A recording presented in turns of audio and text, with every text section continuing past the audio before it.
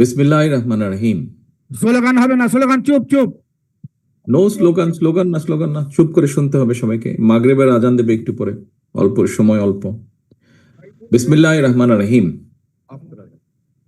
জুলাই শহীদদের স্মরণে এবং সম্মানে স্থাপিত ডিজিটাল স্মৃতিস্তম্ভ অনুষ্ঠানের সম্মানিত সভাপতি জাউল করিম বাদশাহ, মঞ্চে উপস্থিত জেলা বিএনপি সহ কেন্দ্রীয় নেতৃবৃন্দ, আমার সামনে উপস্থিত বগুড়া জেলা বিএনপি, যুবদল, ছাত্র দল, স্বেচ্ছাসেবক দল, শ্রমিক দল, মহিলা দল সহ বিভিন্ন সহযোগী অঙ্গ সংগঠনের প্রিয় সহকর্মীবৃন্দ, আসসালামু আলাইকুম। আসসালামু আলাইকুম।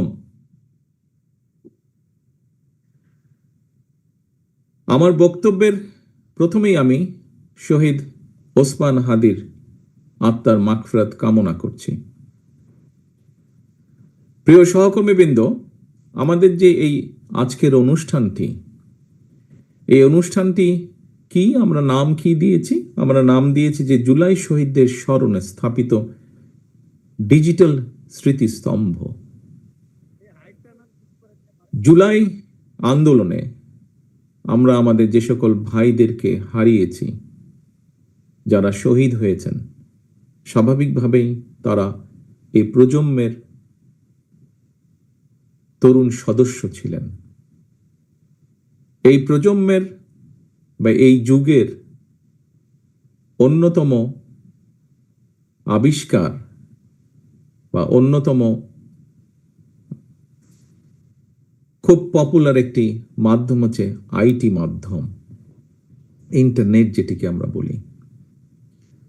স্বাভাবিকভাবেই এই ইন্টারনেটের সাথে আমাদের তরুণ প্রজন্ম যারা এখন, তাদের একটা খুব নিবিড় সম্পর্ক রয়েছে।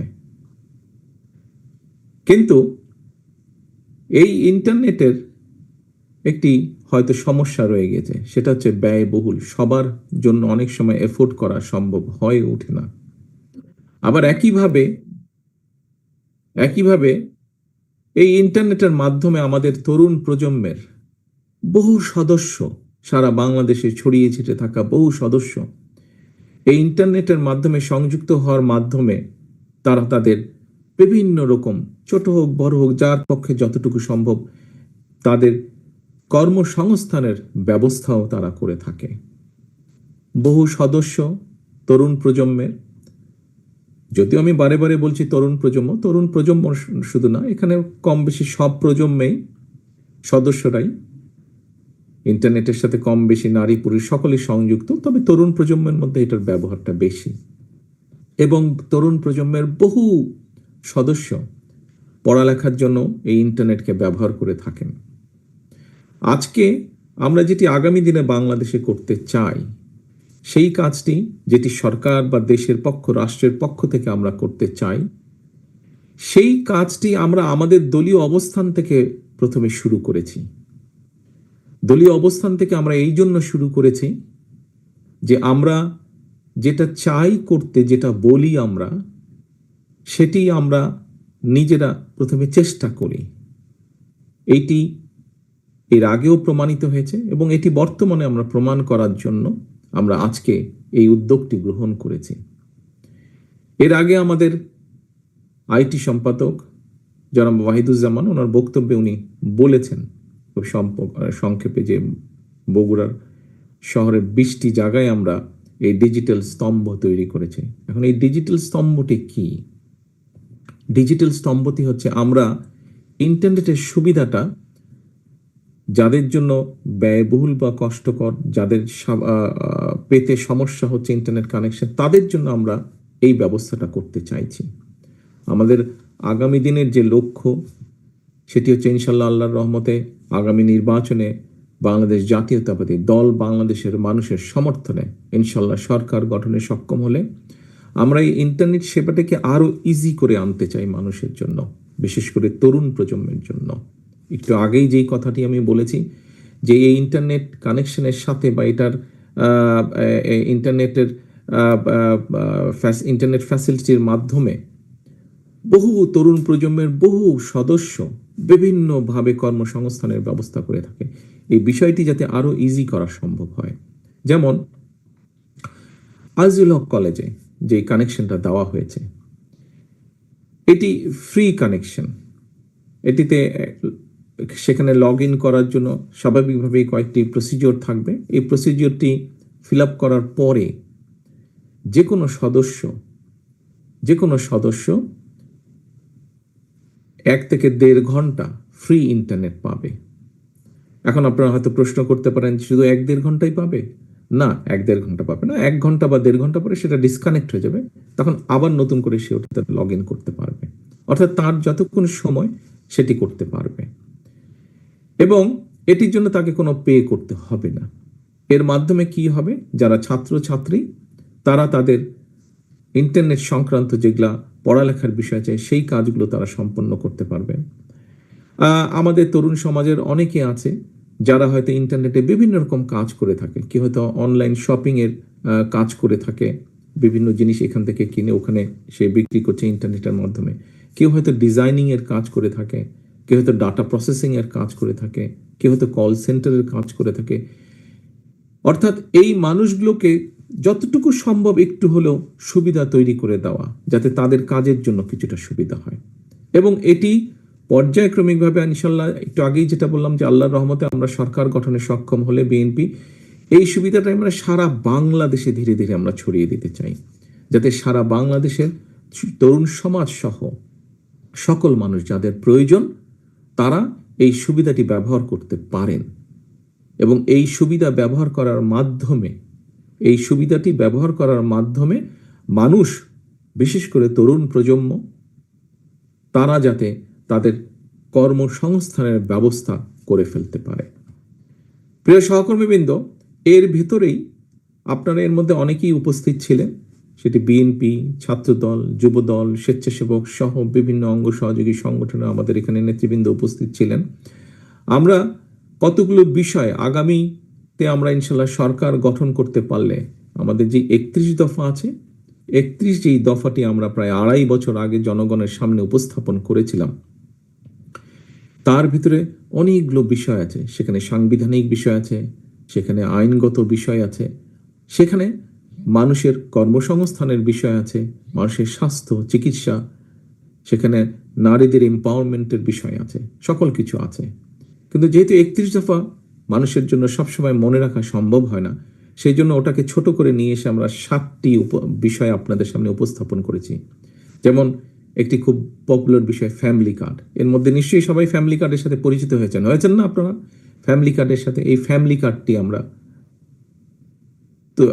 মানুষের মধ্যে পৌঁছে দিতে চাই, বিশেষ করে নারীদের কাছে। এই ফ্যামিলি কার্ডটি হবে নারীদের কাছে। আমরা কৃষক কার্ড বা ফার্মার্স কার্ড একটা ইন্ট্রোডিউস করতে চাই, যেটি আমাদের প্রান্তিক, ক্ষুদ্র, মাঝারি কৃষক যারা আছেন তাদেরকে সহযোগিতা করার জন্য আমরা এটি পৌঁছে দিতে চাই। আমরা দেশের শিক্ষার্থী যারা আছে, আগামী ভবিষ্যৎ প্রজন্ম যারা আছে, তাদের শিক্ষা ব্যবস্থা, শিক্ষাই হচ্ছে জাতির মেরুদণ্ড। আজকে যদি আমরা শিক্ষা ব্যবস্থাটাকে ধীরে ধীরে সুন্দরভাবে গড়ে তুলতে পারি, আমাদের শিক্ষার্থীদের শিক্ষার মেরুদণ্ডটা যদি আমরা ভিত্তিটা যদি আমরা মজবুত করে গড়ে তুলতে পারি, ইনশাল্লাহ আমরা ভবিষ্যতে, সময় লাগবে কিন্তু আমাদেরকে শুরু করতে হবে কাজ। বিগত স্বৈরাচারের সময় আমরা দেখেছি প্রত্যেকটি সেক্টরকে তারা ধ্বংস করে দিয়ে গেছে। ঠিক আছে, তারা ধ্বংস করেছে। বিএনপি, বাংলাদেশ জাতীয়তাবাদী দল ইনশাল্লাহ আবার গড়ে তুলবে মানুষের শিক্ষা ব্যবস্থা, ভবিষ্যৎ প্রজন্মের শিক্ষা ব্যবস্থা আমরা ধীরে ধীরে করে গড়ে তুলব। প্রিয় সহকর্মীবৃন্দ, আমরা শিক্ষা ব্যবস্থার পাশাপাশি মানুষের চিকিৎসা ব্যবস্থাকে, গ্রামের প্রান্তিক মানুষ যাতে চিকিৎসা সুবিধা পায় সেটির জন্য আমরা পরিকল্পনা গ্রহণ করেছি। এখানে যারা মুরব্বী নেতৃবৃন্দ আছেন, সিনিয়র নেতৃবৃন্দ আছেন, অনেকেরই আপনাদের ধারণা আছে, আমাদের বয়সীয় কম বেশি যারা আছেন তারাও দেখেছেন, কম বেশি ধারণা আছে। শহীদ রাষ্ট্রপতি জিয়া রহমানের সময় পল্লী চিকিৎসক নামে একদল চিকিৎসক ছিলেন, যারা গ্রামে গিয়ে গ্রামের মানুষকে বেসিক চিকিৎসা সুবিধাটা যারা দিতেন, ফলে অনেক মানুষকে তখন ঘরে বসেই সুস্থতা লাভ করতেন, হাসপাতালে আসার প্রয়োজন হতো না।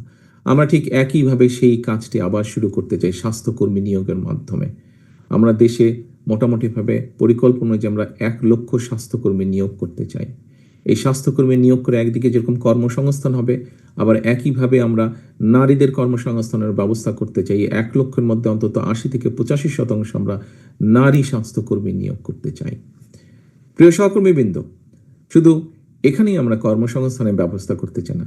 আজকে আমাদের যেই অনুষ্ঠানটি, যেই কারণে আমরা এখানে সকলে একত্রিত হয়েছি, যে এই যে ডিজিটাল স্মৃতিস্তম্ভ, এই প্ল্যাটফর্মটিকে ব্যবহার করে যেমন অনেক মানুষ উপকৃত হবেন, ঠিক একইভাবে আমরা আগামী দিনে ইনশাল্লাহ দেশে যুব সমাজের জন্য আমরা যাতে তারা দেশের ভেতরে হোক দেশের বাইরে হোক কর্মসংস্থানের ব্যবস্থা করতে পারে, তার জন্য আমরা বিভিন্ন পদক্ষেপ গ্রহণ করব ইনশাল্লাহ।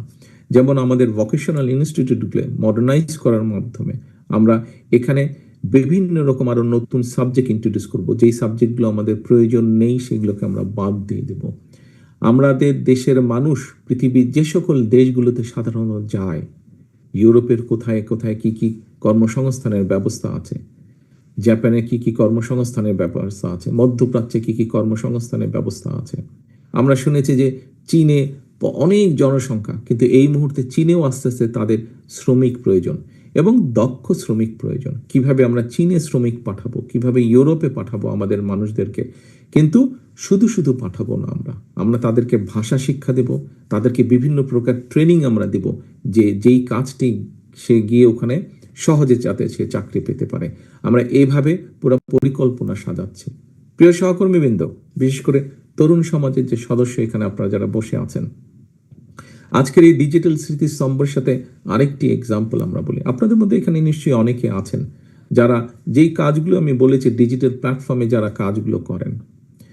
আপনারা হয়তো এখন অনেকেরই হয়তো ঘরের কর্নারে বসে ল্যাপটপ নিয়ে বা কম্পিউটার নিয়ে কাজ করছেন। যেই কাজগুলো বলেছি, যে ডাটা প্রসেসিং এর কাজ হোক, ডিজাইনিং এর কাজ হোক, বিভিন্ন কাজ হয়তো আপনারা করেন। কিন্তু আপনাকে যদি ছোট্ট একটা জায়গার ব্যবস্থা করে দেওয়া যায়, একটা ফর্মাল জায়গার ব্যবস্থা যদি করে যাওয়া যায়, যেখানে আপনি সুন্দরভাবে একটা ছোট্ট অফিস করতে পারবেন, যেখানে আপনার ছোট্ট একটা কোম্পানি থাকবে, নিশ্চয়ই আপনার সেখানে কাজটা আরো ভালোভাবে হবে, আপনার ব্যবসাটা আরো একটু বেটার হবে। আপনারা নিশ্চয়ই খেয়াল করেছেন যে গত স্বৈরাচারের আমলে জনগণের অর্থ তছরূপ করার মাধ্যমে তারা কতগুলো ডিজিটাল পার্ক তৈরি করেছে দেশের বিভিন্ন জায়গায়। কিন্তু ডিজিটাল পার্কগুলোর কিন্তু কোনো কাজ হয় না। এখানে ম্যাক্সিমামই বন্ধ হয়ে পড়ে আছে, কিছু কিছু জায়গায় কমিউনিটি সেন্টার করেছে।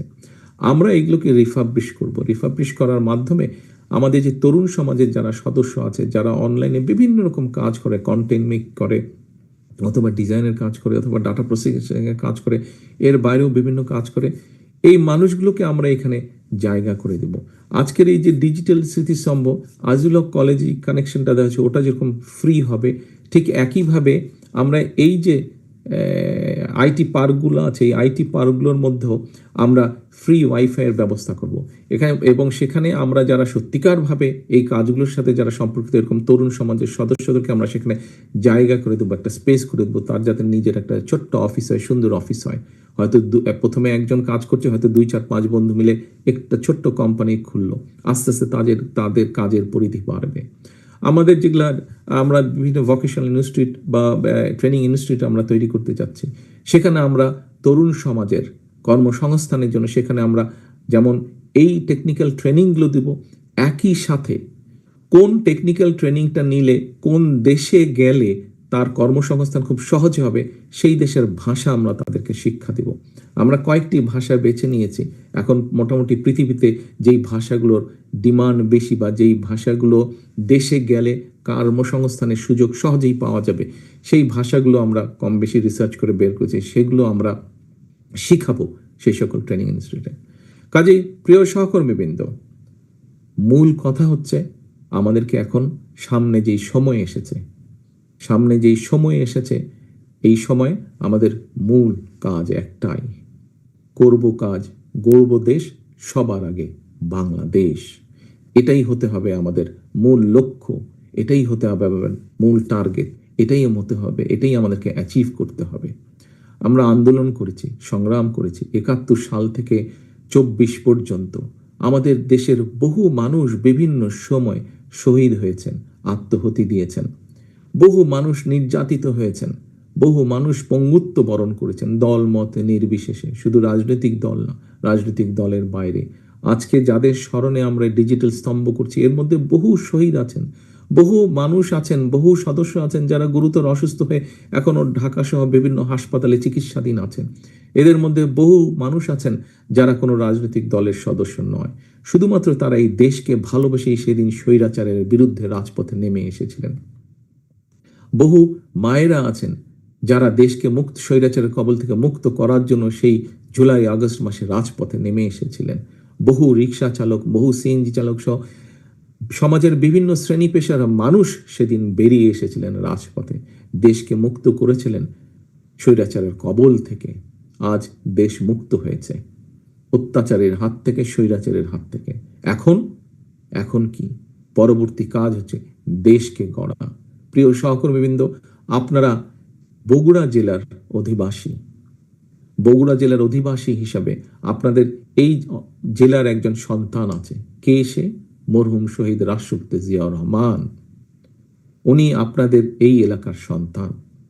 আপনারা নিশ্চয়ই, আমরা সকলে গর্ববোধ করি যে ৭৫-এর পরে দেশ যখন ৭৫ দেশ স্বাধীনের পর থেকে যখন দেশ সবাই আশা করেছিল দেশটি সামনে এগিয়ে যাবে, কিন্তু তার পরিবর্তে সম্পূর্ণ ভিন্ন চিত্র দেখেছে। পরবর্তীতে যখন শহীদ রাষ্ট্রপতি জিয়াউর রহমানের হাতে দেশ পরিচালনার দায়িত্ব পড়ে, এখানে বেশ কয়েকজন সিনিয়র নেতৃবৃন্দ আছেন। খুব সম্ভব আমাদের মাহবুবুর রহমান সাহেব শহীদ জিয়ার সাথে কাজ করেছেন, আমাদের মেয়র সাহেব সহ আরো কিছু আছেন। বগুড়ার বিভিন্ন জেলা উপজেলায়, বিভিন্ন উপজেলা পৌরসভায় ছড়িয়েছে এরকম অনেক নেতা আছেন আমাদের, যারা এখনো বেঁচে আছেন, শহীদ জিয়ার সাথে কাজ করেছেন। সেই সময় আমরা দেখেছি কিভাবে শহীদ জিয়া ধ্বংসের কিনারায় চলে গিয়েছিল দেশ। বটমলেস বাস্কেট ছিল, সেই বটমলেস বাস্কেট থেকে শহীদ জিয়ার বাংলাদেশকে একটি খাদ্য রফতানির দেশে পরিণত করেছিলেন। আমরা দেখেছি কিভাবে শহীদ জিয়া, এই যে আমরা এখন গর্ব করি গার্মেন্ট শিল্প নিয়ে, এটি শহীদ জিয়া শুরু করেছিলেন। এই যে আমরা গর্ব করি এখন আমাদের বিভিন্ন মানুষ, প্রায় ১.৫ কোটির মতন মানুষ বিদেশে কর্মসংস্থান করছে, প্রবাসীরা, তারা দেশে রেমিটেন্স পাঠাচ্ছে। সেই রেমিটেন্স দিয়ে আমরা চেষ্টা করছি দেশে মিল কারখানা গড়ে তুলতে। এই কাজটাও শুরু করেছিলেন শহীদ রাষ্ট্রপতি জিয়াউর রহমান। প্রিয় সহকর্মীবৃন্দ, বাংলাদেশে প্রায় ২০ কোটি মানুষ। এই ২০ কোটি মানুষের জন্য ধীরে ধীরে আমাদেরকে চিকিৎসা ব্যবস্থা গড়ে তুলতে হবে। এই ২০ কোটি মানুষের মধ্যে আমাদের ভবিষ্যৎ প্রজন্ম যারা আছে তাদের সুন্দর শিক্ষা ব্যবস্থা গড়ে তুলতে হবে। এই সুন্দর শিক্ষা ব্যবস্থা গড়ে তোলার জন্য যে সকল শিক্ষক আছেন তাদেরকে আমাদের প্রপার ট্রেনিং এর ব্যবস্থা করতে হবে। এই ২০ কোটি মানুষের মধ্যে যারা তরুণ সমাজের সদস্য, তাদের কর্মসংস্থানের ব্যবস্থা করতে হবে। এই ২০ কোটি মানুষের মধ্যে অর্ধেক হচ্ছে আমাদের নারী। তাদের পিছিয়ে থাকলে চলবে না। তারা কিভাবে ধীরে ধীরে শিক্ষিত এবং শিক্ষার আলোর মধ্যে প্রবেশ করতে পারেন, এবং একই সাথে তারা কিভাবে অর্থনৈতিক মজবুত ভিত্তির উপরে নিজেদেরকে দাঁড় করাতে পারেন, তার জন্য আমাদেরকে কাজ করতে হবে। প্রিয় সহকর্মীবৃন্দ, যেই কথাটি বলছিলাম, শহীদ রাষ্ট্রপতি জিয়াউর রহমান ধ্বংসের কিনারা থেকে এই দেশকে বের করে নিয়ে এসেছেন। আপনারা তারই সৈনিক। আজকে দেশনেত্রী খালেদা জিয়া ৯১ সালে যখন সরকার গঠন করেছিলেন, তখনও স্বৈরাচারের কবল থেকে দেশকে রক্ষা করে ধীরে ধীরে ধ্বংসের কিনারা থেকে উন্নয়নের পথে দেশকে নেওয়া হয়েছিল। প্রিয় সহকর্মীবৃন্দ, আপনারা এই দুই মহান নেতার সৈনিক। আজ আপনারা আপনাদের হাতে বা আপনাদের সামনে ইনশাল্লাহ সেই সুযোগ এসে হাজির হয়েছে। আবার আমাদের দেশটাকে ধ্বংসের কিনারা থেকে গড়ে তুলতে হবে। আমাদেরকে কঠোর পরিশ্রম করতে হবে। সামনের দিনগুলো আমাদের খুব ভালো দিন নয়, কিন্তু দেশের অর্থনৈতিক অবস্থা ভেঙে পড়েছে। দেশের বিভিন্ন জায়গায় বিভিন্ন রকম অরাজকতা শুরু হয়েছে, বা কেউ কেউ করার চেষ্টা করছে। কাজেই এইগুলো সম্পর্কে আমাদেরকে সজাগ থাকতে হবে। দেশের কর্মসংস্থান, দেশের লক্ষ লক্ষ মানুষ বেকার হয়ে যাচ্ছে। এই বেকারদের কর্মসংস্থানের উপায় আমাদেরকে বের করতে হবে। দেশের কৃষকরা একটা নাজেহাল অবস্থার মধ্যে আছেন।